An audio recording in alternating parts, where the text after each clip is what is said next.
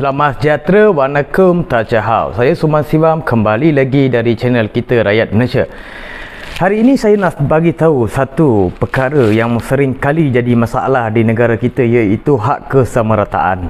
Sering kali yang bukan Melayu akan menuntut hak kesamarataan. Kami rakyat Malaysia, kami perlukan hak di sini. Macam mana orang Melayu dapat keistimewaan, begitu juga kami bangsa Cina dan India mahukan kesamarataan. Perkara ini yang perlu kita elakkan, sebab negara kita ada perlembagaan dan ada perjanjian-perjanjian dalam perlembagaan yang dibuat dalam Suruhanjaya Red, Suruhanjaya Red British. Bila kami dah diberikan hak kewarganegaraan, itu pun dah dikira hak. Bila jadi warga negara Malaysia pun dah kira hak. Sebelum ini kamu memerontak perlukan kerakyatan. Bila dapat kerakyatan nak kesamarataan. Sampai bila kamu nak mengusik perlembagaan dan menghina orang Melayu dan memperendahkan orang Melayu. Perkara ini yang menjadikan pecahnya perpaduan. Bukan Melayu saja resis di sini. Bila kamu dah usik perlembagaan pun dikira resis. Itu juga yang masuk dalam indeks yang negara nombor 2 tertinggi di dunia. Kita punya indeks resis paling tinggi di dunia nombor 2. Termasuklah perkara ini yang bangsa lain yang bukan Melayu yang mengusik perlembagaan persekutuan. Macam saya mengkaji perlembagaan persekutuan dan di situ cukup bagus untuk warga negara. Sebab kami ini dibawa oleh British, bukan dibawa oleh Melayu. Bila kita nak tuntut hak dengan orang Melayu, itu adalah salah.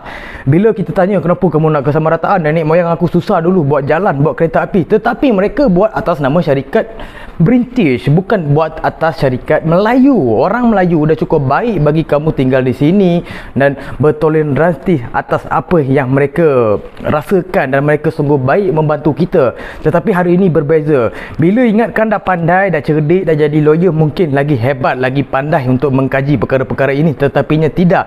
Mereka masih lagi terikat dengan pemberontakan bagaimana dengan British dulu. Masih dalam sistem kolonisme. Bila kita tanya kenapa kamu nak kesamarataan, kenapa kamu tidak boleh ke apa yang kamu ada, kewarganegaraan pun dah cukup lah. Sebab apa, kami ini dah ada kewarganegaraan pun dah cukup. Perkara 21 perkara perlembagaan dah cukup dah. Sebab apa saya cakap cukup? Kalau tak diberi warga negara Malaysia jadi pelarian, sekurang-kurangnya mereka kalau masalah mereka kata kita pendatang. Ya betul, mungkin boleh digelar begitu sebab sebelum ini pun nenek moyang kita pendatang. Okeylah, tapi kami ni tidak boleh digelar pendatang sebab kami generasi baru. Yang digelarkan pendatang ini masih menggunakan sistem kolonisme ataupun ideologi dunia luar. Yang mencintai negara, yang boleh faham konsep-konsep negara ini, itu adalah dikira rakyat Malaysia. Kadang saya malu apa tau? Malu duduk Malaysia lama, bahasa Melayu pun tidak boleh pandai cakap. Bangladesh, Indonesia lagi hebat bahasa dia orang. Nepal lagi hebat dia punya bahasa Melayu. Sedangkan itu adalah termaktub dalam perkara 152 perlembagaan persekutuan. Bahasa kebangsaan adalah bahasa Melayu. Kenapa kamu tak boleh ikuti? Itu menunjukkan dia orang benci. Benci. Lepas tu mengutuk sana, mengutuk sini. Kami dulu susah payah sini, nenek moyang kami susah sini. Ya betul, memang tak dinafikan mereka susah atas nama British, bukan atas nama Malaysia ataupun tanah Melayu. Mereka datang sini bekerja. Contoh orang kita ni, rakyat Malaysia pergi Australia. Lepas pergi Australia, kami pergi cakap ini negara aku dah lama duduk sini.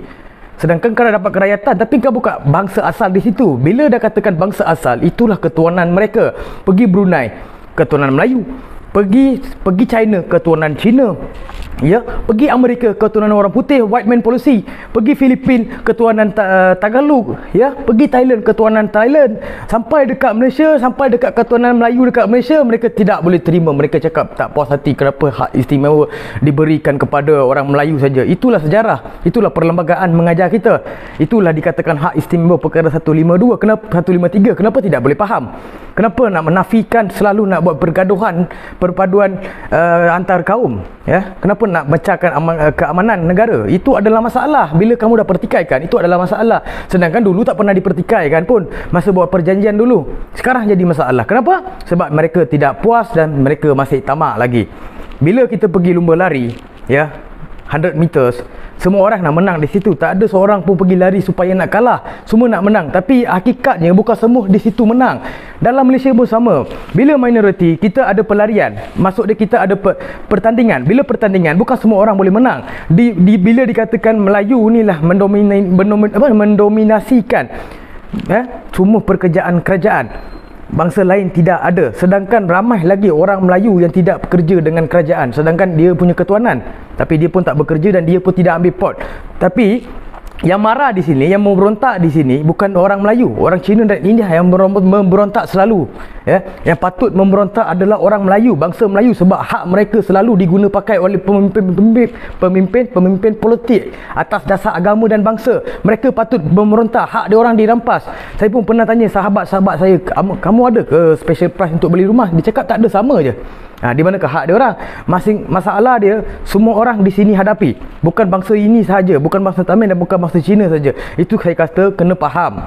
Ya, kita datang dibawa oleh British, bekerja atas syarikat British, bukan bekerja untuk orang Melayu. Bila kita dah dapat kerakyatan, ya, itu adalah toleransi dan kebaikan orang Melayu bagi kita sebelum ini. Saya bukan nak ungkitkan untuk pecahkan keharmonian, tapi saya nak sedarkan untuk yang akan datang ni, generasi-generasi yang akan datang ni, bila sedar, mereka akan faham apa maksud konsep perlembagaan.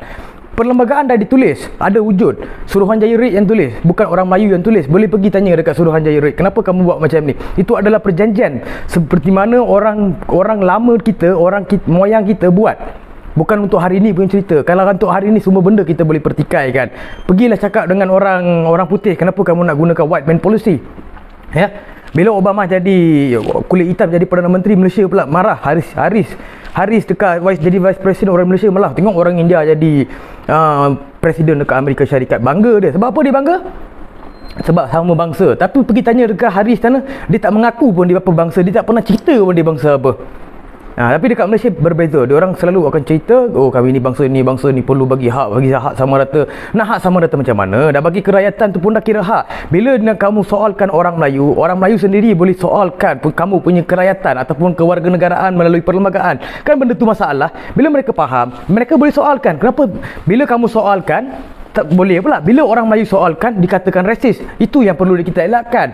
Orang Melayu tak resis. Kalau orang Melayu resis, minoriti kat Malaysia ni berapa persen je orang Cina dengan India dah mati dah dibunuh.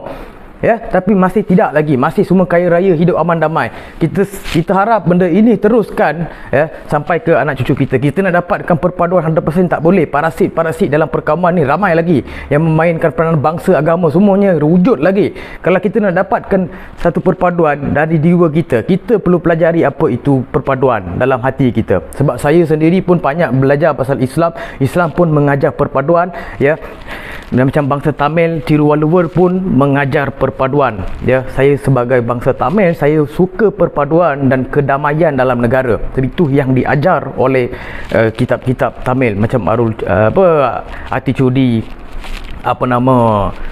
nama Tiruvalluvar, Tolkappiyam. Kita orang Tamil berkaitan dengan etika. Semua orang wajib belajar benda ini. Sekian, terima kasih.